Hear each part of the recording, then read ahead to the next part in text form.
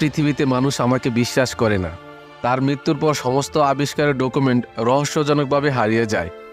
অনেকেই মনে করেন তার আবিষ্কারের ডকুমেন্ট হারিয়ে যায়নি, কোনো নতুন নতুন আবিষ্কার করে চলেছে নিকোলা টেসলার ওই সব ডকুমেন্টের উপর ভিত্তি করে। ধারণা করা হয় এরিয়া 51-এ তার রেখে যাওয়া ডকুমেন্টের উপর এখনও গবেষণা করা হয়। টেসলাকে বলা হয় দ্য উইজার্ড অফ ইলেকট্রিসিটি বা বিদ্যুতের জাদুকর, কিন্তু তিনি আসলে ছিলেন the king of all scientist, অর্থাৎ সকল বিজ্ঞানীদের রাজা, এবং তার আবিষ্কারই পৃথিবীটাকে আধুনিক করেছে। নিকোলা টেসলা তার জীবনের অর্জিত সমস্ত সম্পদ আবিষ্কারের পিছনে ব্যয় করেছিলেন। পৃথিবী আজ নিকোলা টেসলাকে প্রায় ভুলেই গেছে, কিন্তু পৃথিবীর মানুষগুলো খুব ভাগ্যবান যে এমন একজন বিজ্ঞানী পৃথিবীতে এসে সবকিছু আলোকিত করে দিয়েছিল।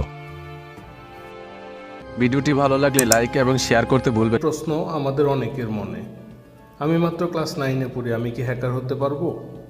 আমার কম্পিউটার